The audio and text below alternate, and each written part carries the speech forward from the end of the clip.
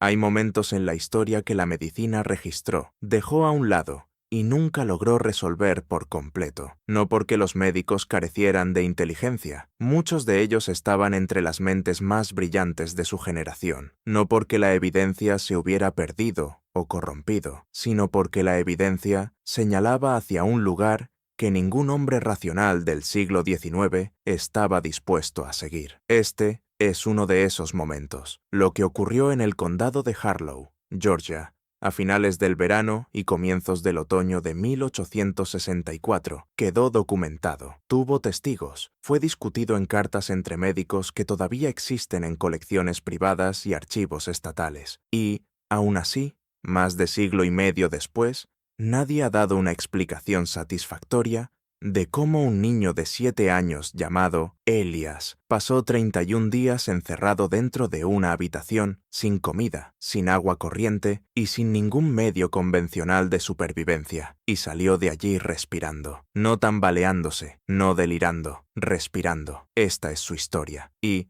antes de que termine, quiero que te hagas una pregunta. ¿Qué es lo más aterrador de este relato? ¿El niño que sobrevivió o todo lo demás que lo rodeaba? Quédate conmigo. Georgia, a finales del verano de 1864, no era un lugar que se mantuviera unido con facilidad. La guerra se había llevado a la mayoría de sus hombres en edad de trabajar. Se había llevado el grano de los campos, los caballos de los graneros y una cualidad muy concreta de certeza del aire, esa creencia silenciosa, común a todos los lugares asentados, de que mañana se parecería a hoy. En el condado de Harlow, que se encontraba en el centro del estado como un pedazo de tierra olvidado, que incluso los ejércitos consideraban poco interesante, la guerra era más una presencia que un acontecimiento. Retumbaba a lo lejos, enviaba cartas que llegaban con semanas de retraso, informando a las familias de muertes que ya habían sido lloradas en sueños. Devolvía hombres a casa antes de tiempo, rotos de maneras que no podían nombrarse en la mesa. Pero el condado de Harlow siguió adelante. Tenía una tienda general atendida por un hombre llamado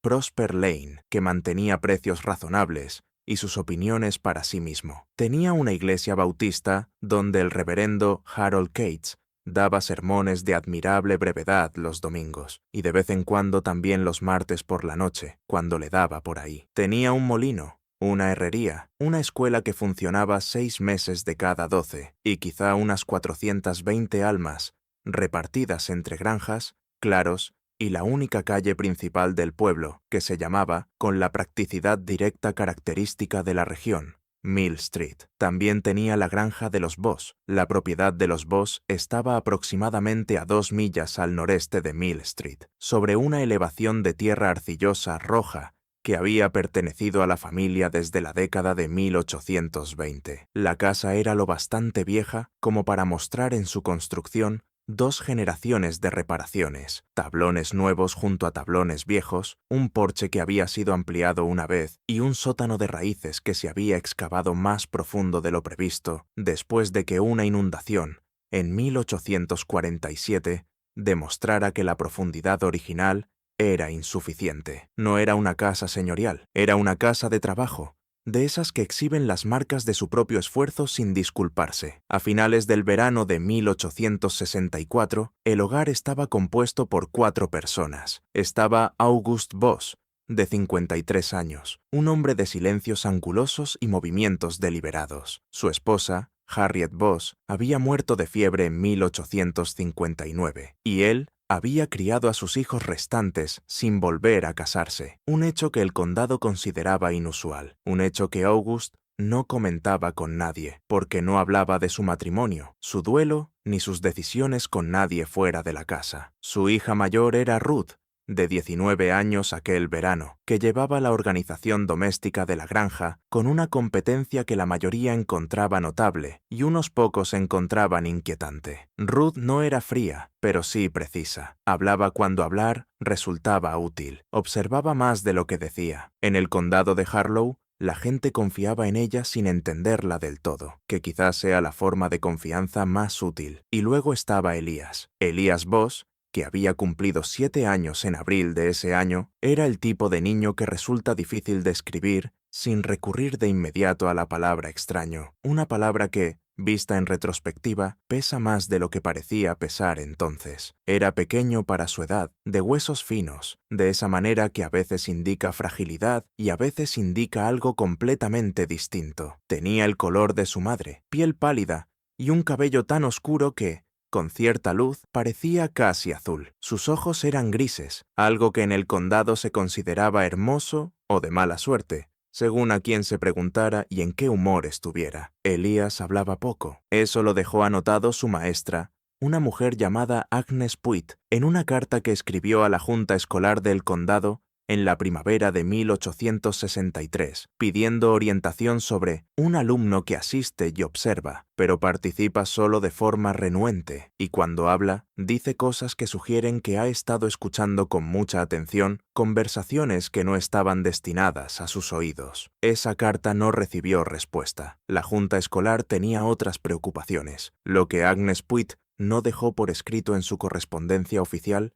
pero sí describió años después en un diario personal que su nieta donó a la Georgia Historical Society en 1934, fue que Elías Voss tenía la costumbre de sentarse muy quieto en un rincón del aula durante la hora del recreo del mediodía, mientras los otros niños jugaban afuera, y mirar la pared, no con la mirada vacía, no con la ausencia de un niño distraído, sino con lo que ella describió, con cierta incomodidad, como atención concentrada, como si estuviera leyendo algo que ella no podía ver. Ella se lo mencionó a August Voss una vez, durante un día de visitas de padres en el otoño de 1862. August la miró un momento sin hablar. Luego dijo, «También lo hace en casa», y no añadió nada más. La casa de la granja de los Voss tenía 7 habitaciones. Este es un detalle importante, y te pido que lo retengas, porque la arquitectura de esta historia es inseparable de la arquitectura de esa casa. En la planta baja había una sala delantera,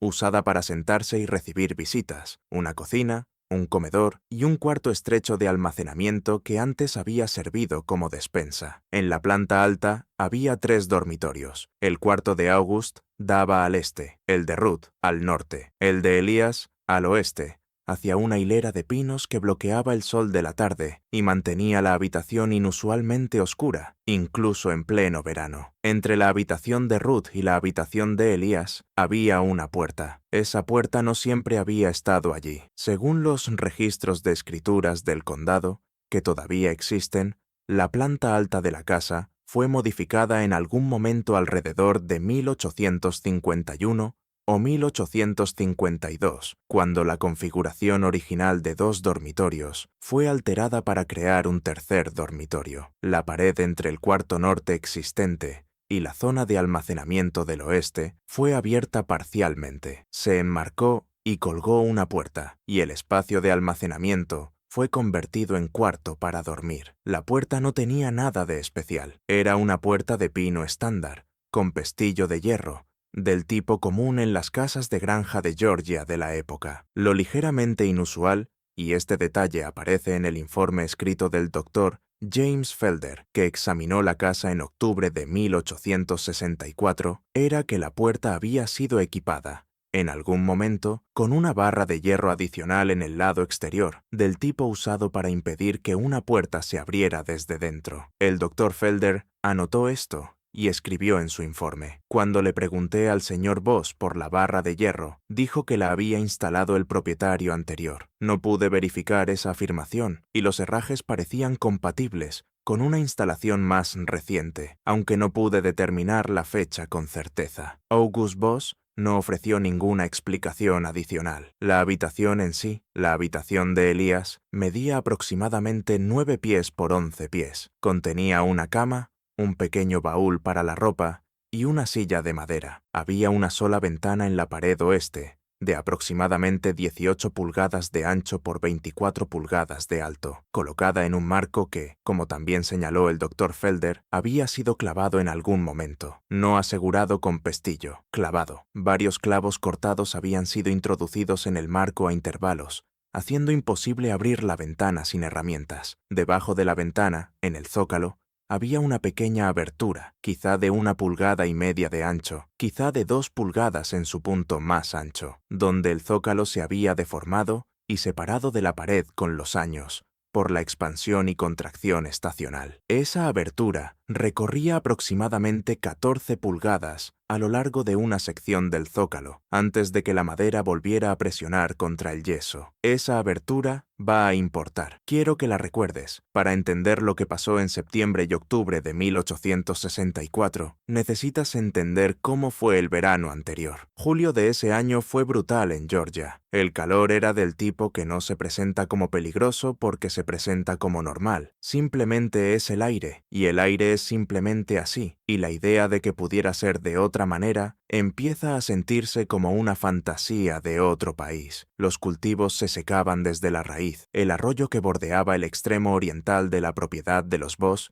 se redujo a un hilo a mediados de julio y dejó de correr por completo durante 10 días de agosto, hasta que una tormenta lo reanimó brevemente. August Voss trabajó bajo ese calor sin quejarse, lo cual encajaba con su carácter. Ruth trabajó a su lado. Elias, demasiado pequeño para las tareas más pesadas, recibió labores más ligeras: dar de comer a las gallinas, llevar agua al huerto y recoger leña menuda en la línea de árboles. Fue durante ese verano cuando ocurrieron dos cosas que más tarde serían consideradas, en retrospectiva, parte de la misma historia. La primera fue la llegada del soldado. Se llamaba Thomas Greer, tenía 24 años, soldado raso de la infantería confederada, y estaba de licencia tras una herida en el hombro izquierdo, recibida en una escaramuza en el norte de Georgia, en junio. Llegó al condado de Harlow a finales de julio, camino a su casa, una granja situada a unas 3 millas al sur de la propiedad de los Voss. Pasó por tierras de los Voss, se detuvo a pedir agua y August lo invitó a quedarse a cenar, un gesto de hospitalidad normal en el condado y que ni August ni Ruth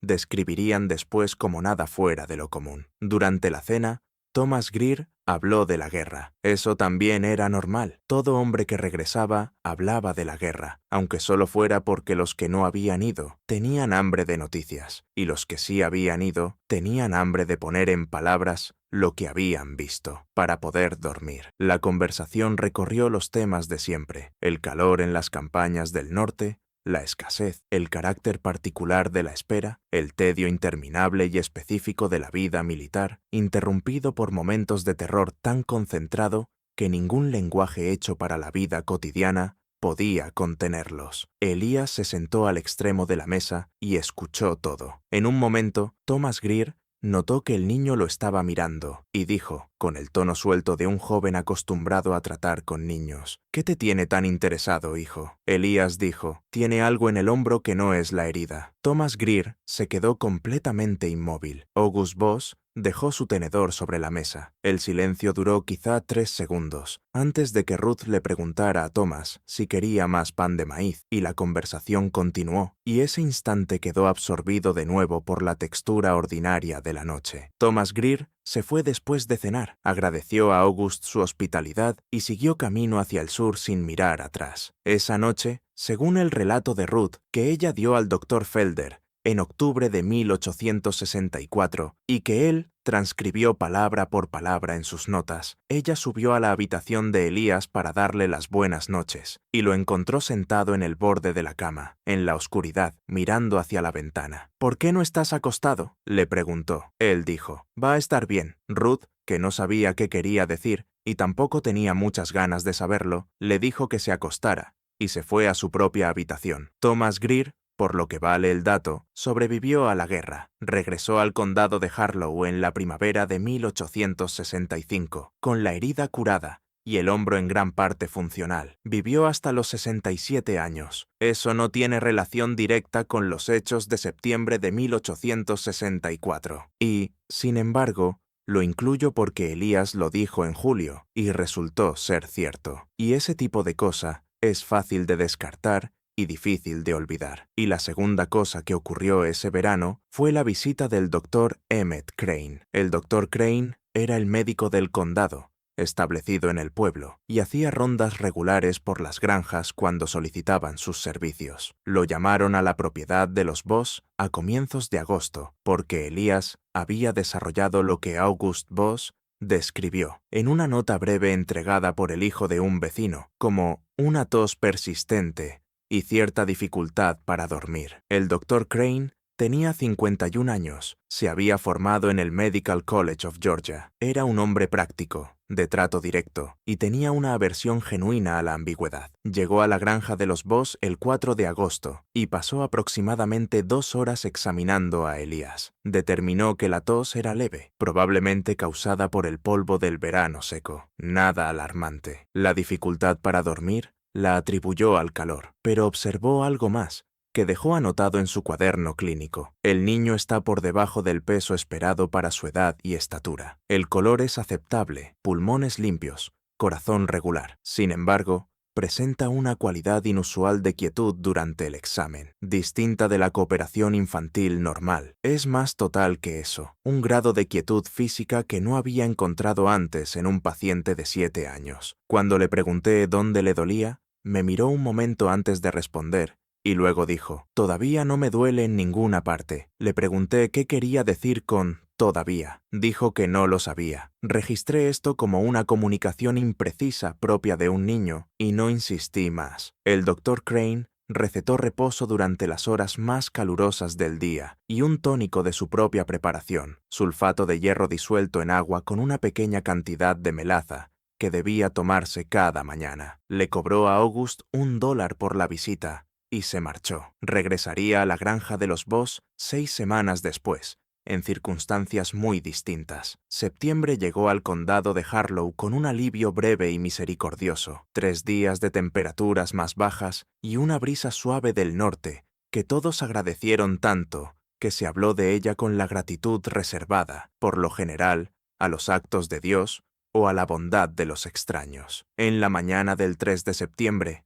un sábado, August Voss se levantó antes del amanecer, como era su costumbre, hizo su trabajo matutino y entró a desayunar. Encontró a Ruth junto al fogón y a Elías sentado a la mesa de la cocina, todavía con la ropa de dormir, mirando la superficie de la mesa. «¿Dormiste?», le preguntó August. Elías dijo, «No mucho». August se sentó. Ruth sirvió café sustituto, porque el café de verdad escaseaba desde hacía más de un año, y pan de maíz con un poco de miel que quedaba de la colmena de la temporada anterior. Elías comió sin apetito, algo que Ruth notó, pero no comentó. Había sido así durante todo el verano. El niño comía, pero como si comer fuera una tarea y no un placer, haciéndolo con la misma competencia vacía con la que cumplía sus labores. Después del desayuno, August volvió afuera. Ruth empezó el trabajo doméstico de la mañana. Elías subió las escaleras. En algún momento entre las 9 de la mañana y el mediodía, ni August ni Ruth pudieron precisar más la hora. Elías entró en su habitación. Cerró la puerta y no volvió a salir. Al principio no fue alarmante. Los niños se retiran a sus cuartos. Era sábado. Ese día no había escuela. Ruth supuso que estaba descansando, quizá leyendo. La casa tenía una pequeña colección de libros que Elías usaba con frecuencia, avanzando por ellos con la misma quietud sistemática que llevaba a todo. Lo llamó para la comida del mediodía. No hubo respuesta. Fue a su puerta y llamó. No hubo respuesta. Probó el pestillo. La puerta se abrió sin resistencia. La barra de hierro no estaba puesta por fuera. La habitación estaba vacía. Ruth se quedó un momento en el umbral, mirando la cama vacía, el baúl y la silla. Luego bajó y salió a buscar a August. Registraron la propiedad durante 3 horas. El granero, las construcciones auxiliares, el huerto, la línea de árboles y el lecho del arroyo. Llamaron su nombre hasta que sus voces adquirieron esa delgadez particular que aparece cuando uno llama hacia el silencio. Un vecino, James Holcott, pasó por el camino y fue sumado a la búsqueda. Su esposa y sus 2 hijos llegaron en menos de 1 hora. Al caer la tarde, el niño seguía sin aparecer. Fue James Holcott quien, al regresar a la casa para informar que su parte de la búsqueda no había dado resultado, subió una vez más a la habitación de Elías, después de haberla revisado ya 2 veces, igual que August y Ruth, y esa vez se detuvo en la puerta. Se quedó allí un momento, luego llamó a la puerta y dijo en voz baja, «Elías». Desde el interior de la habitación, que ya se había establecido como vacía en al menos 2 ocasiones separadas esa tarde, llegó un sonido muy débil. Más tarde,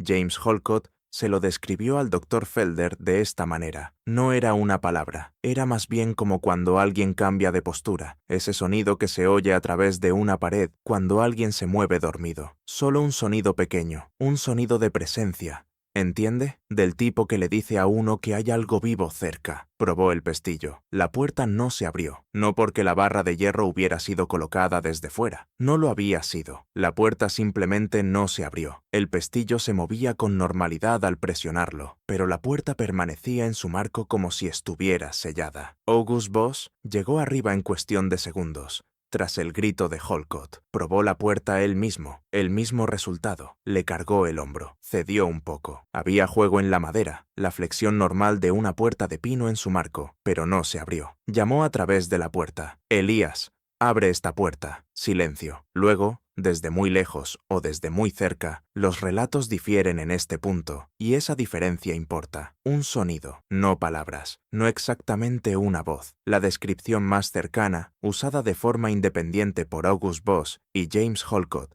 en sus relatos separados al Dr. Felder, fue respiración regular, lenta, del tipo asociado con el sueño profundo, pero se había confirmado que la habitación estaba vacía. August Voss envió a James Holcott a buscar al Dr. Crane. El Dr. Crane llegó a la granja de los Voss aproximadamente a las 7 de la tarde. Lo encontraron en la casa de otro paciente y recorrió el camino a caballo a un ritmo que describió en sus notas como más rápido de lo que probablemente era necesario, dados los hechos expuestos. Solo le habían dicho que el niño estaba encerrado en su cuarto y que no respondía. Lo que encontró al llegar modificó un poco esa idea. Examinó la puerta, confirmó que el mecanismo del pestillo funcionaba. Se movía libremente y no parecía atascado ni roto. Confirmó que la barra de hierro del exterior no estaba colocada. Examinó el marco y la puerta con una linterna y no encontró una causa evidente de que no pudiera abrirse, ni hinchazón,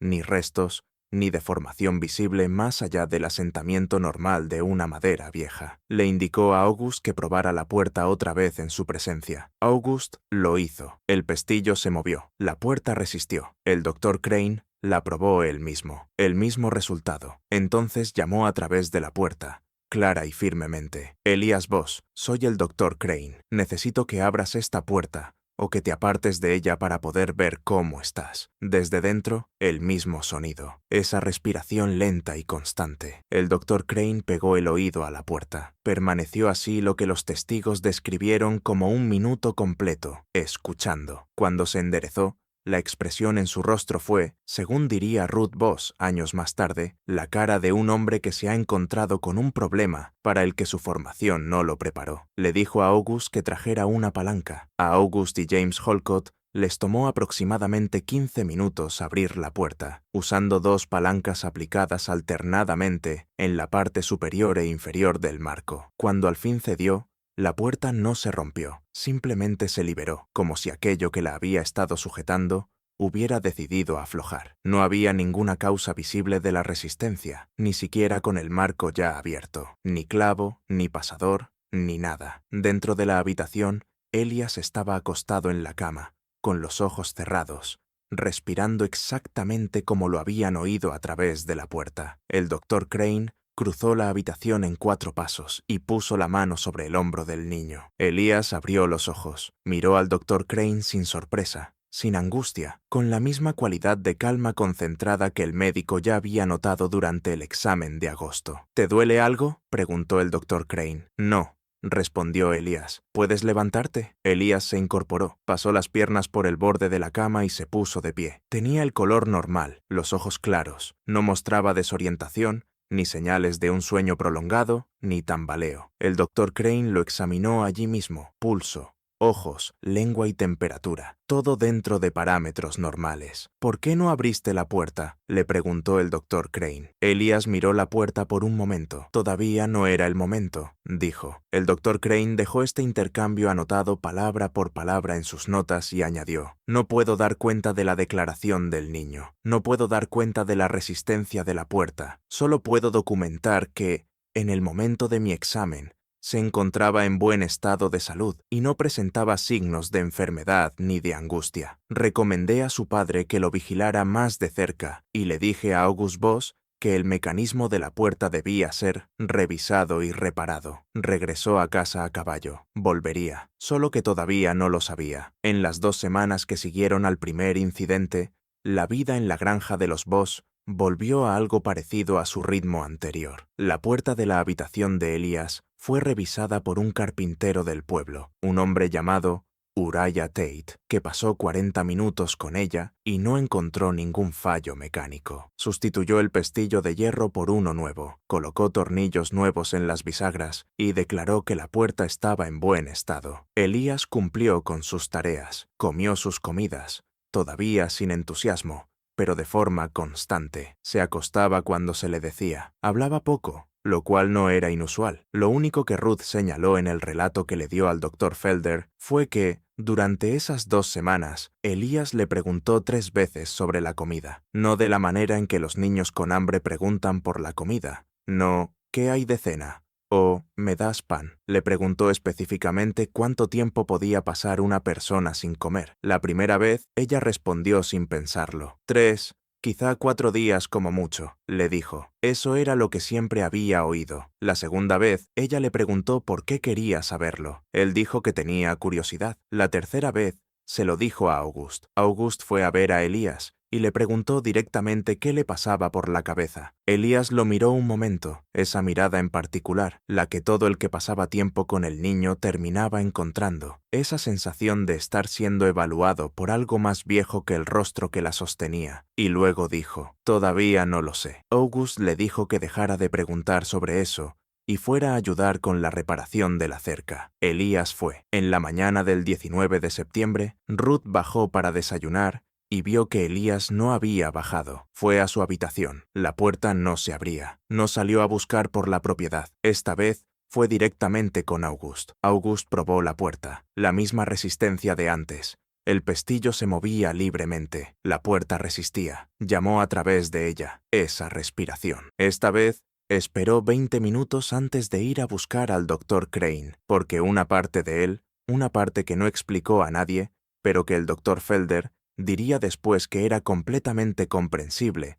Dado el incidente anterior, necesitaba saber si la puerta acabaría abriéndose sola. No se abrió. El Dr. Crane llegó y encontró a August y a Ruth sentados en el pasillo, fuera de la habitación, esperando. Probó la puerta él mismo. Resistió. Le pidió a August las palancas. «Espere», dijo August. El Dr. Crane lo miró. La última vez, la puerta simplemente cedió, dijo August. Cuando teníamos las 2 palancas puestas y estábamos haciendo fuerza, simplemente cedió. Antes de eso, aguantaba como si fuera de hierro. El Dr. Crane consideró esto. ¿Ha cambiado algo en la habitación?, preguntó. ¿Movieron muebles? ¿Hay objetos nuevos? No, dijo August. ¿El niño ha dicho que se siente mal? No. ¿Ha comido con normalidad? Ruth dijo. Ayer comió bien. Esta mañana todavía no había bajado cuando encontré la puerta sellada. El Dr. Crane volvió a pegar el oído a la puerta. La misma respiración, lenta y profunda. Se apartó y miró la puerta durante largo rato. Luego se sentó en el suelo del pasillo, apoyó la espalda en la pared de enfrente y dijo, «Esperamos». Esperaron 4 horas. A las 2 de la tarde,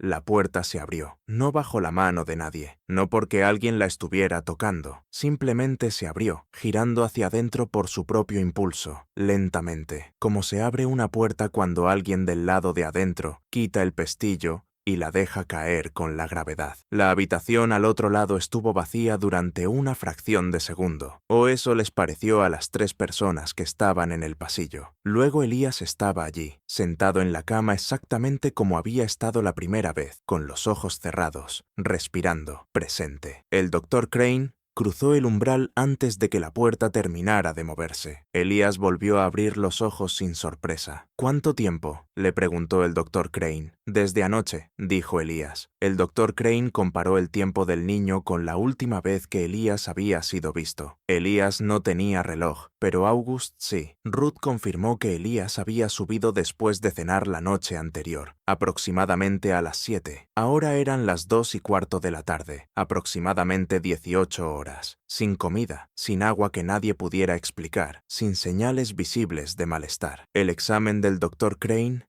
esta vez fue más minucioso. Pasó 40 minutos con el niño y sus notas de ese examen están entre las más detalladas de toda su carrera. Pulso regular, 64 latidos por minuto, dentro del rango normal para un niño de su edad y tamaño. Temperatura normal al tacto, sin fiebre, sin frialdad inusual. Piel hidratada, sin evidencia de sed excesiva a pesar del tiempo declarado sin agua. Ojos claros, reactivos, sin signos de deshidratación. Estado mental, completamente orientado, coherente, comunicativo. Me dijo, cuando insistí, que no había tenido hambre. Le pregunté si había consumido algo dentro de la habitación, agua de alguna fuente, comida que pudiera haber escondido. Dijo que no. Examiné la habitación con toda la minuciosidad que me fue posible. No encontré comida ni agua escondidas. La ventana estaba clavada, como señalé en mi visita anterior. Estaba la abertura en el zócalo, que anoté, pero que consideré demasiado pequeña para tener importancia práctica. Me fui con una incertidumbre profunda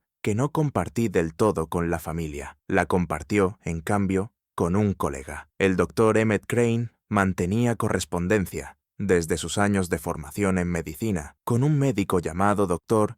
George Harlon Pitt, establecido en Savannah. El Dr. Pitt era considerado, por consenso general, incluido el propio Crane, superior a él en lo intelectual, un hombre de lecturas más amplias, temperamento más experimental y un interés particular en lo que la literatura médica de la época empezaba a llamar anomalías constitucionales, variaciones fisiológicas individuales que no podían explicarse con la comprensión vigente, pero cuya presencia en ciertos pacientes estaba demostrada. El 21 de septiembre de 1864, el Dr. Crane escribió al Dr. Pitt. La carta ocupa 4 páginas, con letra pequeña y precisa. Describe ambos incidentes en detalle: la puerta sellada, la respiración, los exámenes, el estado del niño al salir. Describe el carácter de Elías, tal como Crane lo había observado en los meses anteriores. Pregunta de forma directa y sin preámbulos si el Dr. Pitt había encontrado algo en la literatura que pudiera explicar a un niño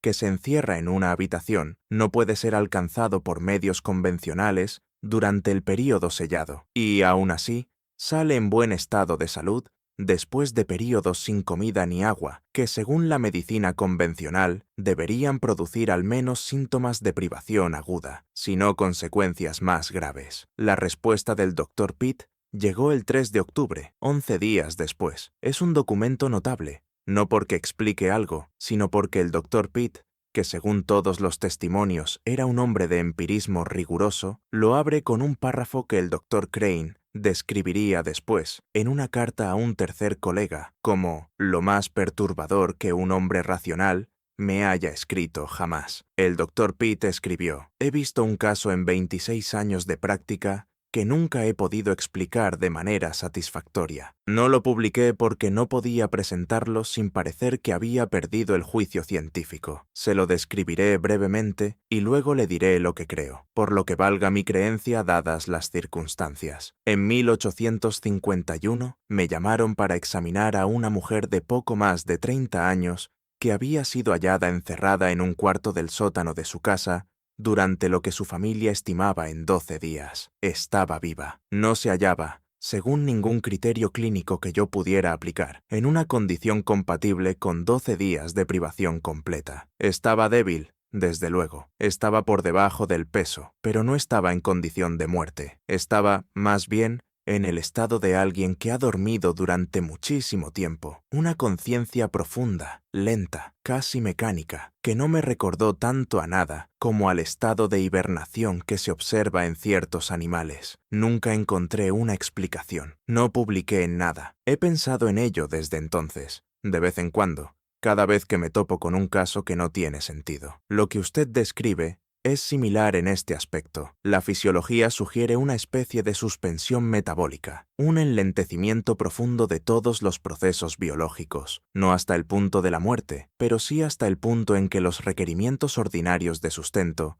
se reducen de forma drástica. No sé qué causa esto, no sé si es voluntario o involuntario, o una combinación de ambos para la que nuestro vocabulario actual no tiene palabras. No sé si llamarlo un don o una enfermedad. Lo que le aconsejaría con firmeza es observación. Observación prolongada, cuidadosa y bien documentada. Lo que sea que esté ocurriendo en este niño, o bien es explicable, en cuyo caso la documentación acabará revelando la explicación, o no lo es, en cuyo caso estará entre las observaciones médicas más significativas de nuestro siglo. Vuelva a esa casa, Emmet. Observe con cuidado. Anótelo todo. El Dr. Crane recibió esta carta el 3 de octubre. El siguiente incidente ya había comenzado el 1 de octubre. Prosper Lane, en la tienda general de Mill Street, estuvo entre las últimas personas del condado de Harlow en hablar con August Voss antes de que comenzara el tercer y más largo incidente. Vio a August la tarde del 1 de octubre, comprando una pequeña cantidad de harina y una caja de clavos cortados. August estaba, según Lane le diría después al Dr. Felder, como siempre, con pocas palabras. Pagó lo que debía. No preguntó nada. Lane le preguntó a August cómo estaba el niño. August hizo una pausa mientras recogía su paquete. Más o menos igual, dijo al cabo de un momento. Volvió caminando a su granja. Esa noche, según el relato de Ruth, la familia cenó junta. Elías comió más de lo habitual. De hecho, Ruth lo señaló expresamente. Repitió sopa de frijoles, algo impropio en él. Bebió 2 tazas completas de agua. Parecía, si acaso, más presente de lo normal, más dispuesto a mirar a la gente de frente, más receptivo cuando le hablaban. Después de cenar, August le dijo que se acostara temprano, que parecía cansado. Elías se levantó de la mesa y miró a su padre un momento. Luego dijo, «Estaré en mi cuarto un rato». Ruth diría después que recordaba ese momento con especial nitidez por la manera en que lo dijo. «No, voy a mi cuarto. No, me voy a dormir. Estaré en mi cuarto un rato», como si les estuviera informando de un horario del que debían estar al tanto. August dijo, «Duerme un poco». Elías subió. Ruth subió aproximadamente 20 minutos después para darle las buenas noches. La puerta no se abría. Se quedó un largo momento frente a la puerta. Luego bajó y se lo dijo a August. August permaneció mucho tiempo sentado a la mesa de la cocina sin hablar. Luego dijo, «Revisaremos por la mañana». Ruth durmió mal esa noche. Describió haber permanecido despierta, escuchando los sonidos de la casa, la madera vieja asentándose, el arroyo lejano, un viento que se levantó cerca de la medianoche y se movía entre los pinos del lado oeste, con un sonido que siempre le había resultado reconfortante, pero que esa noche le pareció simplemente fuerte. Por la mañana, la puerta resistía. La mañana siguiente, resistía. Para el 5 de octubre,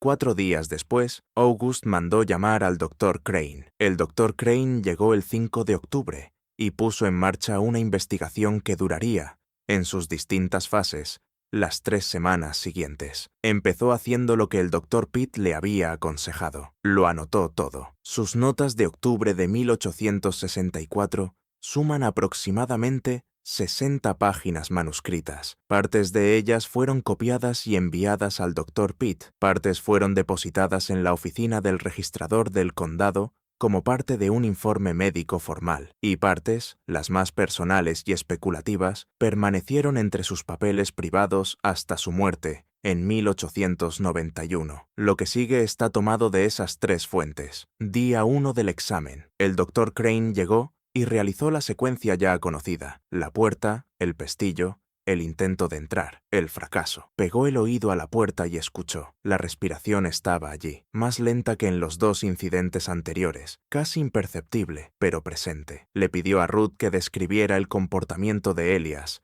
en las semanas previas a este episodio. Ella describió el aumento en el consumo de comida durante la cena y el aparente estado de alerta. El Dr. Crane lo anotó con cuidado. Luego hizo algo que no había hecho en los 2 incidentes anteriores. Le pidió a Ruth que le mostrara todas las habitaciones de la casa que fueran contiguas a la de Elias, o que estuvieran debajo de ella, o conectadas con ella de cualquier forma. La habitación de Ruth compartía una pared con la de Elias, la pared en la que se había abierto la puerta interior en 1851 o 1852. Esa puerta estaba ahora sellada desde dentro, pero la pared en sí era yeso común sobre listones de madera, de 1 pulgada y 1/8 de grosor, según la estimación del Dr. Crane. Debajo de la habitación de Elías, en la planta baja, estaba el antiguo cuarto de despensa, convertido en almacén. El Dr. Crane lo examinó con atención. Revisó el techo, que era la cara inferior del suelo de Elías,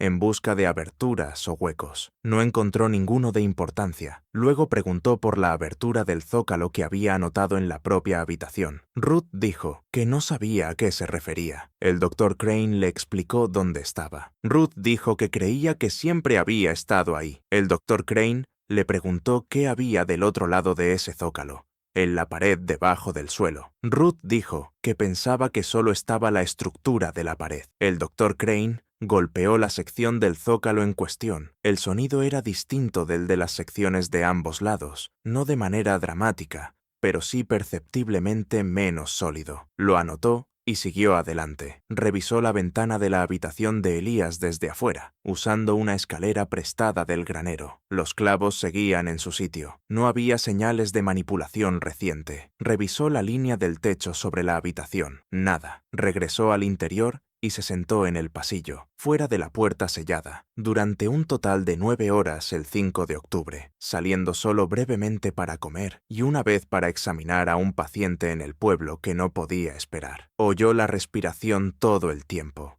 Día 5, 9 de octubre. La puerta resistía. El Dr. Crane había estado haciendo visitas diarias, pasando entre 2 y 8 horas en la casa. Había comenzado lo que describió como un análisis sensorial sistemático, escuchando en distintos puntos de la pared y del suelo con un vaso apoyado contra la superficie, una técnica que había leído en un texto médico de Edimburgo y que, en la práctica, le resultó más eficaz que escuchar de forma directa. A partir de este análisis, determinó que el sonido de la respiración era de forma constante más fuerte en el zócalo de la pared oeste del pasillo, es decir, en el exterior de la habitación, y más débil en la puerta misma. Eso era anatómicamente extraño si el niño estaba acostado en la única cama de la habitación, que estaba contra la pared este, la más alejada del zócalo. Lo anotó. Día 9, 13 de octubre, sábado. El Dr. Crane llegó a la granja a las 7 de la mañana y encontró a Ruth en la cocina y a August afuera. Subió directamente y pasó la primera hora junto a la puerta y la pared, como de costumbre. Entonces, hizo algo que llevaba varios días considerando. Le pidió a Ruth que le trajera un trozo de pan. Ella se lo trajo. Lo partió en varios pedazos pequeños. Deslizó los pedazos por debajo de la puerta. La separación bajo la puerta era de quizá 3/4 de pulgada, suficiente para que pasaran objetos pequeños. Observó durante aproximadamente 10 minutos. No pasó nada. Luego los pedazos de pan se movieron. No fueron tomados. Se movieron, se desplazaron ligeramente en el suelo, más allá de la puerta, como si una mano los hubiera tocado sin recogerlos. El Dr. Crane se echó hacia atrás, bajó y escribió en sus notas durante 45 minutos sin detenerse. Día 13, 17 de octubre. El Dr. Crane llegó y llamó, como de costumbre. La puerta se abrió, no de la manera en que se había abierto antes, con aquel giro lento asistido por la gravedad. Esta vez hubo resistencia, luego una cesión gradual, como si algo del otro lado se estuviera apartando. El Dr. Crane empujó y la puerta se abrió. Elías estaba sentado en la cama, esta vez con los ojos abiertos, mirando directamente a la puerta mientras se abría. «Hola», dijo el Dr. Crane. «Hola», dijo Elías. Había permanecido sellado en la habitación durante 16 días. El examen del Dr. Crane ese día fue el más exhaustivo de todos. Llevó consigo una balanza prestada de la tienda de Prosper Lane, una vara de medir y un conjunto de instrumentos de examen que usaba en trabajo hospitalario cuando tenía ocasión. Peso de Elías: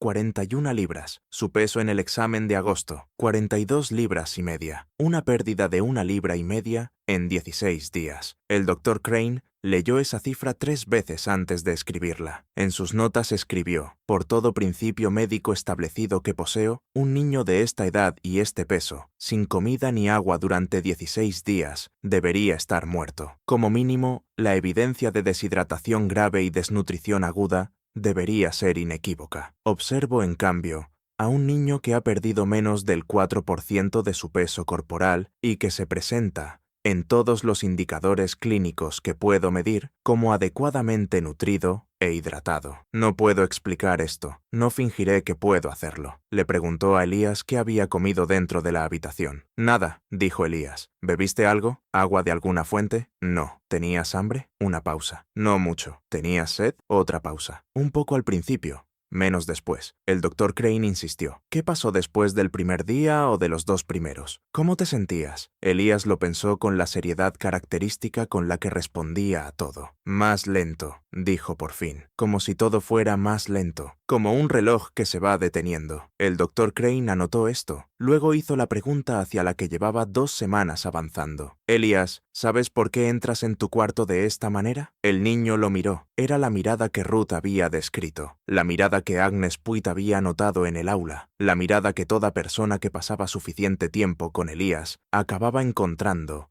y no lograba describir del todo. Había algo en ella que era más que atención, algo que sugería que el niño estaba evaluando no solo su respuesta, sino la capacidad del que preguntaba para recibirla. Algo me dice que lo haga, dijo. ¿Algo dentro de ti? ¿Una sensación? Sí. ¿Cuándo te lo dice? Un poco antes de que tenga que pasar. La pluma del doctor Crane quedó muy quieta sobre la página mientras escribía eso. Y cuando tiene que pasar, dijo, manteniendo la voz pareja y profesional. ¿Qué es lo que tiene que pasar? ¿Para qué es la habitación? Elías miró la ventana clavada, la pared oeste, la abertura en el zócalo. No lo sé exactamente, dijo. Es como cuando sabes que viene una tormenta. No conoces la tormenta, pero sabes que debes entrar. No le dijo a August ni a Ruth lo que estaba planeando. Regresó a la mañana siguiente, el 18 de octubre, con un cincel pequeño y un mazo, y le dijo a la familia que necesitaba examinar la sección del zócalo que había anotado en su primera visita prolongada. Les dijo que era una revisión rutinaria de la ventilación del cuarto. Estaba mintiendo,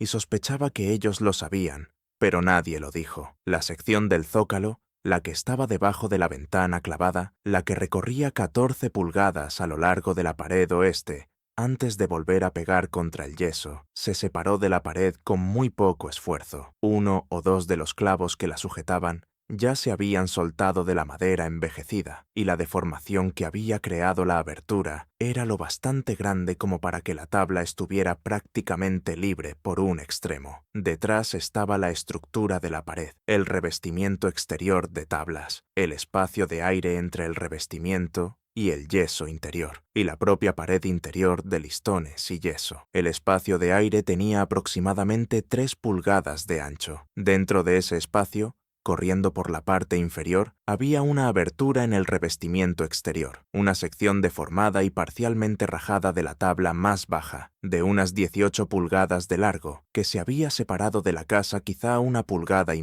en su punto más ancho. No lo suficiente para ver a través, no lo suficiente para meter una mano, pero sí lo suficiente para que pasara aire, y suficiente, si eras muy pequeño o muy delgado, o no eras ninguna de esas cosas sino otra cosa, para que algo pasara. El doctor Crane se quedó agachado allí durante mucho tiempo. Mirando esa abertura, pensó en los pedazos de pan que se habían movido, pero no habían sido tomados. Pensó en la 1,5 libras de peso perdida en 16 días. Pensó en la respiración que había oído a través de las paredes, más fuerte en el zócalo y más débil en la puerta. Pensó en un niño que había comido más de lo habitual en la última comida antes de encerrarse, que dijo haber tenido sed al principio y luego menos, que describió la experiencia como si todo se volviera más lento, como un reloj que se va deteniendo. Pensó en la carta del Dr. Pitt, suspensión metabólica, un enlentecimiento profundo de todos los procesos biológicos. Pensó en la hibernación. No volvió a colocar el zócalo de inmediato. Pasó otros 20 minutos examinando el exterior de la casa. Ya lo había hecho antes,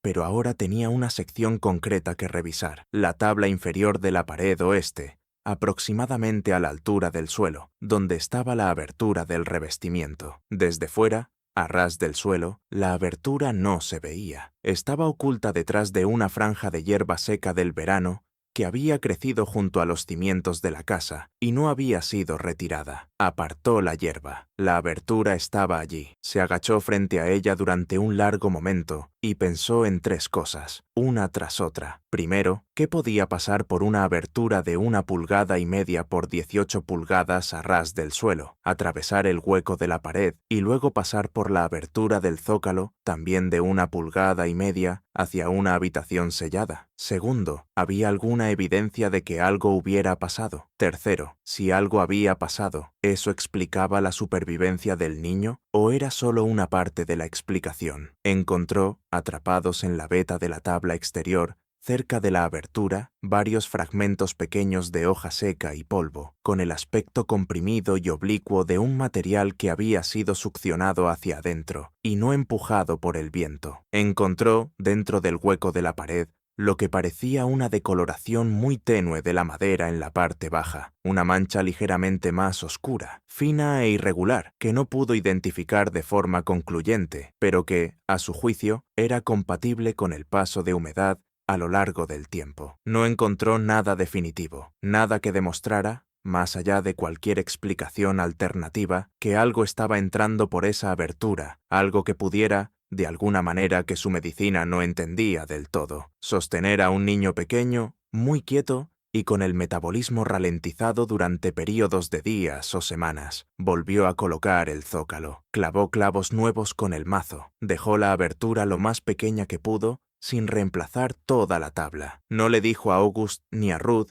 lo que había encontrado, ni lo que sospechaba. Regresó en carruaje al pueblo. 2 días después del examen del zócalo por parte del Dr. Crane, Ruth Boss llamó a la puerta de su consulta en el pueblo. Se sentó en la silla frente a su escritorio, lo miró con esa franqueza directa y evaluadora que la caracterizaba, y dijo: «Quiero contarle algo, y necesito que me escuche sin decidir lo que significa hasta que termine». El Dr. Crane dijo: «Por supuesto». Ruth dijo: «Elías ya había hecho esto antes». El Dr. Crane esperó. «No por tanto tiempo», dijo ella, «y no con la puerta sellada así. Cuando era más pequeño, de 3 o 4 años, había veces en que simplemente se detenía, no dormido. Se notaba que no estaba dormido porque seguía sentado, o estaba en medio de algo, y de pronto se quedaba quieto, con los ojos abiertos, respirando tan despacio que uno le ponía la mano en el pecho para asegurarse. Tal vez 1 hora, tal vez 2, y luego volvía, simplemente volvía, sin malestar, sin recuerdo de ello, o si tenía algún recuerdo, no hablaba de eso». El Dr. Crane dijo: «¿Su padre se daba cuenta de esto?» «Mi padre se daba cuenta de todo lo relacionado con Elías», dijo Ruth en voz baja, «solo que no hablaba de casi nada». Le contó al Dr. Crane que su madre,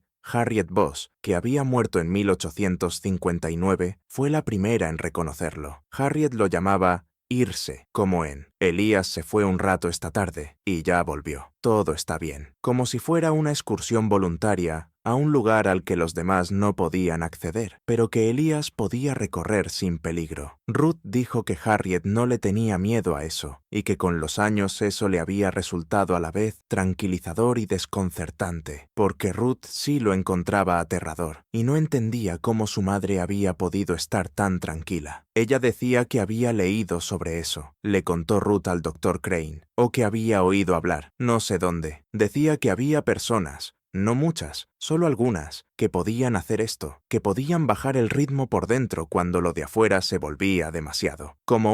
Y dijo, como una tortuga metiéndose en su caparazón. El Dr. Crane quedó muy quieto. Ella lo llamaba irse, dijo él. Sí, y no estaba asustada. Decía que era un don, decía que lo mantenía a salvo. En la última palabra, la voz de Ruth llevaba algo complejo. No era exactamente desacuerdo, sino más bien la incomodidad de una persona razonable frente a un hecho que no parece razonable. Murió antes de que él fuera lo bastante grande como para que esto se extendiera tanto. No sé qué habría dicho sobre esto. El Dr. Crane le preguntó a Ruth si alguna vez había oído de alguien más en la familia, por parte de su madre o de su padre, que mostrara algo parecido. Ruth pensó un momento. Dijo, la abuela de mi madre, por lo que mi madre me contó. Era muy anciana cuando murió, más anciana de lo que nadie podía explicar, según decía todo el mundo, y tenía fama de resistir cosas que deberían haberla matado. Un invierno muy malo cuando era joven, una enfermedad que se llevó a todos los demás en su casa. La llamaban.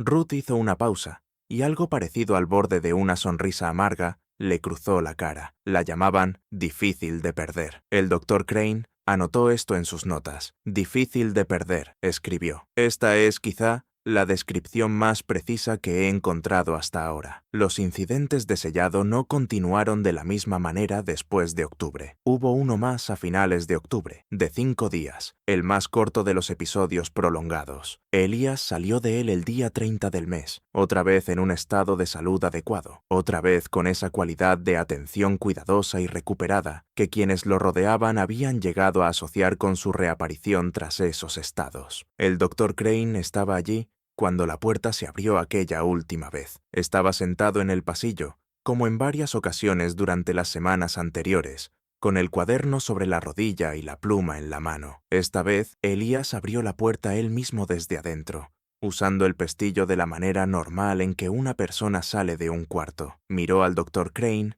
sentado en el suelo del pasillo, y dijo, con lo más parecido al humor que el Dr. Crane le había visto: «No tenía que quedarse». «Lo sé», dijo el Dr. Crane. Le hizo su examen. Elías estaba bien, 4 libras por debajo de su peso, antes del episodio esa vez, la pérdida más importante de todos los incidentes, algo que el Dr. Crane atribuyó a las reparaciones del zócalo y a la reducción de la abertura, por la que seguía creyendo, sin poder asegurarlo, que algo pasaba para sostener al niño. Después, mientras August y Ruth estaban abajo preparando una comida, la primera comida después de un sellado, siempre era una ocasión importante, tratada con una deliberación silenciosa por padre e hija, ninguno dispuesto a minimizar el milagro ordinario de un niño sentándose a comer. El Dr. Crane se sentó con Elías en el pasillo despejado y le hizo una última pregunta. «¿Tienes miedo?», dijo, «cuando estás ahí dentro, cuando está ocurriendo». Elías lo pensó con su cuidado habitual. «Al principio, un poco», dijo, «cuando era más pequeño, pero ahora no». «¿Por qué no?». «Porque siempre vuelvo». El Dr. Crane miró a ese niño de 7 años, pequeño, de huesos finos,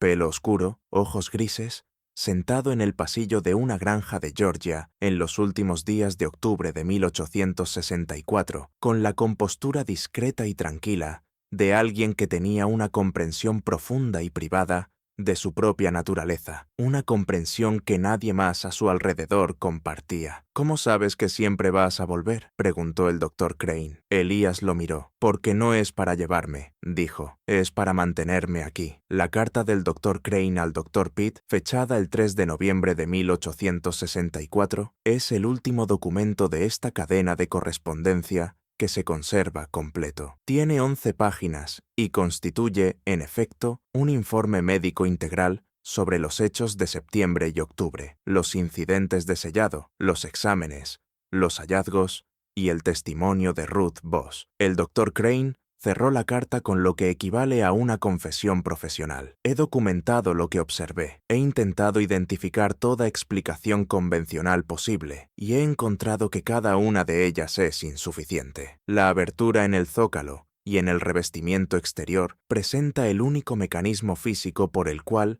algo podría pasar a esa habitación sellada. Y aún así, incluso si acepto por completo la teoría de algún factor ambiental que entra por esa abertura y contribuye al estado metabólico del niño, no puedo explicar el sellado de la puerta, la aparente iniciación voluntaria de estos episodios, ni el hecho de que se correlacionen con períodos de estrés externo en la vida del niño. Estrés que él no parece registrar de manera consciente, pero que su cuerpo parece registrar con una precisión extraordinaria. Le dejo a usted determinar si esto es una enfermedad que requiere tratamiento, una anomalía constitucional que requiere documentación o algo completamente distinto, para lo que ninguno de los dos tiene vocabulario suficiente. Solo diré que, después de pasar 6 semanas en compañía de este niño, de su padre y de su hermana, no creo que él esté en peligro. Creo, de hecho, que es una de las personas menos vulnerables que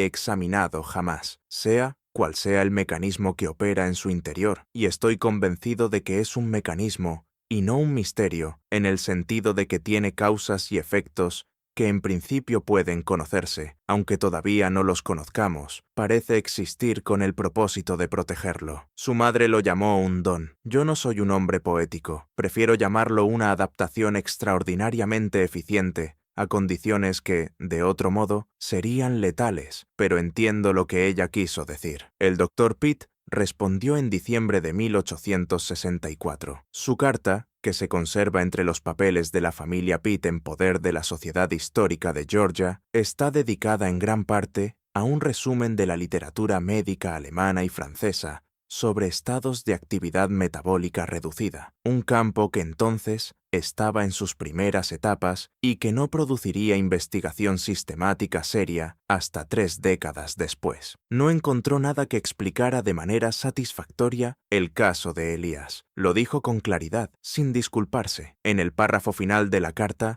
el Dr. Pitt escribió: «He sido médico durante 29 años. En ese tiempo he visto al cuerpo hacer cosas que me han obligado, en múltiples ocasiones, a reconsiderar los límites de lo que creía entender sobre él. Sin embargo, nunca me he encontrado con un caso que haya alterado esos límites tan a fondo como el que usted ha descrito. No porque sugiera lo imposible, no creo que nada de su relato sea estrictamente imposible, sino porque sugiere que hay personas entre nosotros que han conservado, por algún accidente de herencia o de circunstancia, una capacidad que el resto hemos perdido, una capacidad de ser, en algún sentido, biológico fundamental, más resistentes de lo que tenemos derecho a esperar. Eso me resulta perturbador, del mismo modo en que resultan perturbadoras todas las cosas verdaderamente importantes, porque cambia la forma de lo que yo creía saber. Me gustaría mucho conocer a este niño. Nunca lo hizo. El Dr. Pitt murió en febrero de 1865, víctima de la misma epidemia de fiebre que se llevó a varios residentes de Savannah aquel invierno. Tenía 53 años. Los incidentes de sellado, como se les llamaba en las notas del Dr. Crane, no se detuvieron por completo después de octubre de 1864, pero cambiaron de carácter. En los años siguientes,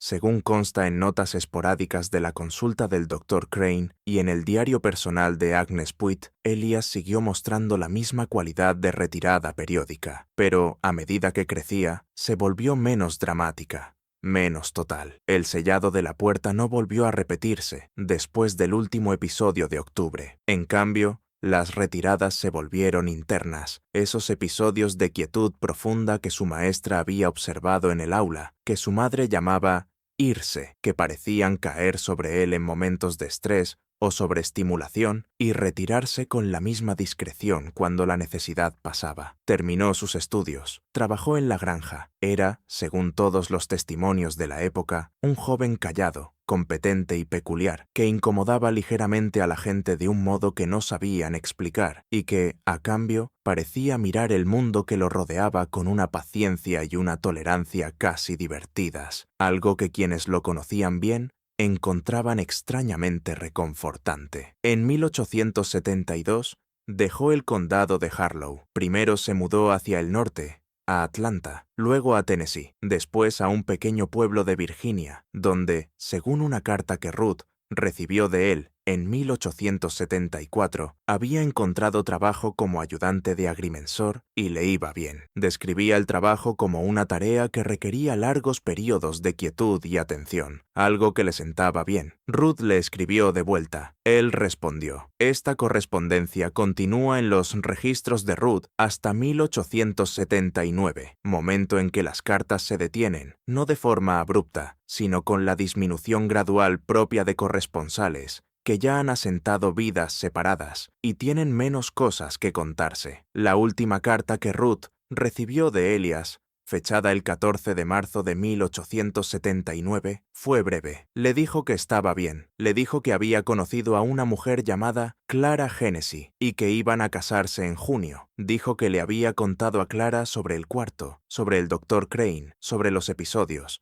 en una forma abreviada que ella pudiera imaginar, y que Clara había escuchado todo sin alarmarse. Dijo lo mismo que mamá, escribió Elías. Lo llamó un don. Supongo que a estas alturas yo también lo creo. Ruth guardó esa carta en una caja en su habitación el resto de su vida. El Dr. Emmett Crane ejerció la medicina en el condado de Harlow hasta su retiro en 1887, es decir, durante 23 años, más después de los hechos de 1864. En esos años publicó varios artículos en revistas médicas de Georgia y Carolina del Sur. Consideró, en distintos momentos, publicar el caso de Elías. Redactó, según una nota en sus papeles privados, al menos 3 versiones de un estudio de caso que nunca envió a ninguna revista. El borrador final, fechado en 1882, se conserva de forma incompleta. Se corta a mitad de una frase, al final de la 4ª página, en un pasaje que describe los exámenes de octubre, y reaparece varias páginas después con una breve nota manuscrita que dice: «Compruebo que no puedo escribir sobre este caso con el tono que exige la publicación médica. Yo no tengo una conclusión que no exija. Yo no tengo una conclusión que no exija. Al final, que el lector acepte que el cuerpo es capaz de cosas que aún no hemos catalogado. Creo que eso es cierto, pero he pasado 18 años sin saber cómo decirlo de una manera que no sea simplemente descartada por hombres que no se han sentado en ese pasillo a escuchar, a través de una pared, una respiración que no tenía sentido. Tal vez baste con que lo documenté. Tal vez algún otro médico, en otra década, encuentre la caja donde guardo estas notas y entienda lo que yo intentaba decir. El niño sobrevivió. Estuvo dentro de una habitación sellada durante 31 días en total, repartidos en 3 episodios, con sustento mínimo, y sobrevivió. Los médicos no tenían explicación. Yo soy médico. No tengo explicación. Solo tengo lo que observé, y la convicción, poco científica, poco práctica y completamente obstinada, de que la observación, incluso sin una conclusión, importa. Sobrevivió. Eso basta. La granja de los Voss en el condado de Harlow, Georgia, seguía en pie según el censo del condado de 1890. Para el cambio de siglo, ya había salido de manos de la familia. August Voss murió en 1886. Ruth vendió la propiedad en 1888 y se mudó a Atlanta, donde vivió otros 30 años, y murió en 1919, el año después de la gran epidemia de gripe, a la que también sobrevivió por el medio simple y completo de no contraerla. La habitación en la que Elías se había sellado, en aquellas 3 ocasiones de 1864, era usada, para la época del censo del condado, como almacén. La puerta no tenía nada de particular. El zócalo había sido reemplazado por completo en algún momento. Madera nueva, bien ajustada, sin abertura. Las notas del Dr. Crane fueron depositadas en la oficina del registrador del condado de Harlow, al morir él, en 1891, junto con una breve carta de instrucciones que especificaba que debían conservarse, pero no destruirse. Permanecieron en los archivos del condado, casi sin leerse, hasta que un historiador que trabajaba en un estudio sobre medicina rural en Georgia, durante la era de la Guerra Civil, las encontró en 1931 e hizo copias, y así fue como llegaron a la atención del historiador de la medicina, que dio a conocer el caso de forma más amplia en la década de 1940. La abertura del zócalo nunca fue explicada de manera definitiva. La puerta sellada nunca fue explicada de manera definitiva. Los 31 días nunca fueron explicados de manera definitiva. Lo que tenemos es lo que nos dejó el Dr. Crane, un registro de observación, meticuloso y honesto, hecho por un hombre que conocía los límites de lo que sabía y se negó a fingir otra cosa. Un niño entró en una habitación sellada. No debería haber sobrevivido, pero sobrevivió. Creció, se casó con Clara Hennessy y vivió, según los registros disponibles, hasta los primeros años del siglo XX. Habría tenido entre finales de sus 40 y comienzos de sus 50, cuando los registros sobre él dejan de aparecer. Nada en el archivo sugiere que muriera joven. A su tatarabuela la llamaban difícil de perder. Parecía venir de familia. Gracias por mirar.